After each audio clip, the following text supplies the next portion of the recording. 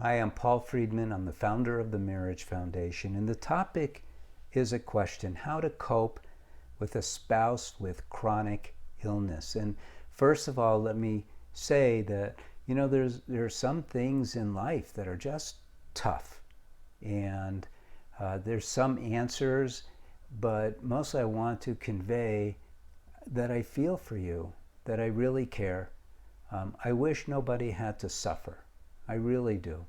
And in fact, the aim of the Marriage Foundation is all about helping people not suffer in their marriages. And the way we do that here is kind of two-pronged. One is we teach people how to master their minds, which is very important for you, how to master your mind. And the other is how to be married correctly, because we don't have information on either of those. And mastering the mind is essential if you really want to be happy. Because we are souls, not a religious discussion, but we're souls. We have a mind, we have a body.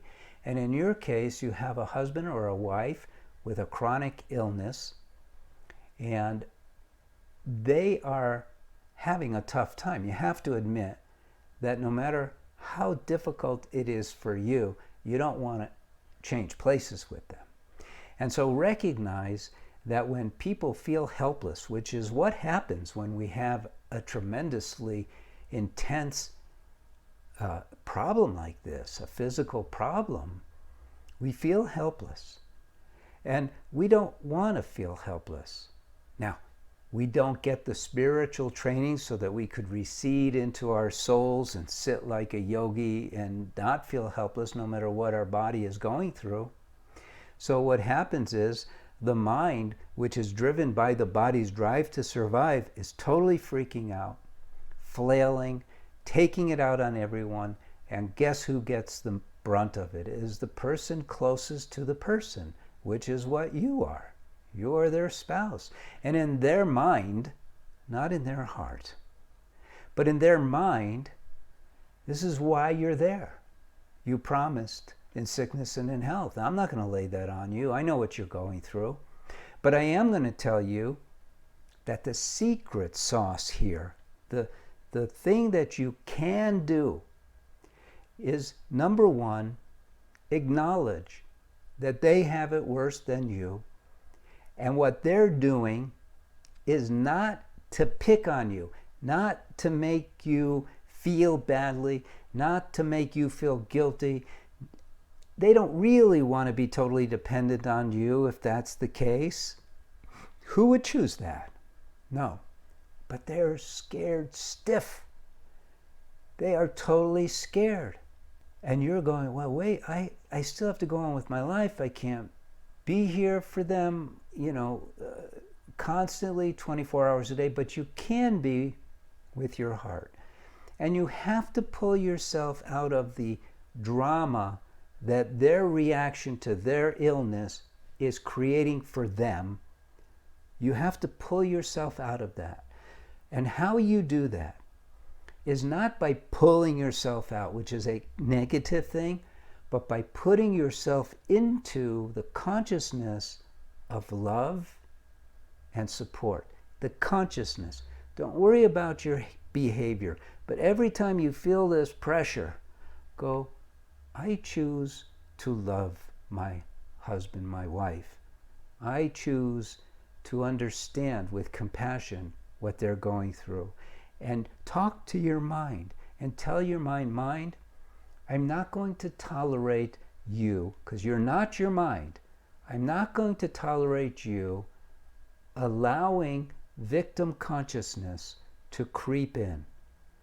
And I'm not suggesting that you're not victimized by what's going on. I'm talking about consciousness, a consciousness. And we have many examples of people, heroes, who have withstood and endured unbelievable suffering and never gave in to the consciousness that they were victims of their circumstances. And the best way to not give in to that is by proactively learning to love your spouse more and more.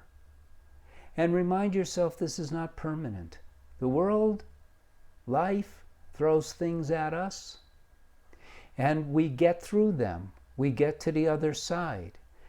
Don't allow your mind to dwell on it. You know, the subscribers of this channel, hopefully you'll become one, know very well that the way we approach marriage is in a very positive way. We don't dwell on our problems. We don't unravel trouble. What we do is we replace what we're going through in our minds with a positive mindset of love and joy. And you still have that ability to do that. I'm going to share a story with you. Many years ago, I took my two boys to the Holocaust Museum in Washington, D.C. And they were looking at things, and I sat down. Spielberg had created this 5-hour reel of people's experiences, and I just happened to sit down for this one, and it blew me away.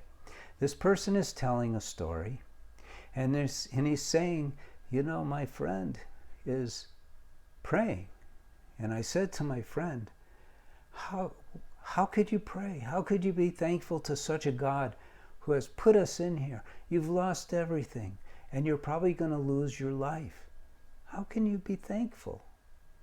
And my friend answered, I'm grateful that God didn't make me like those who put us in here.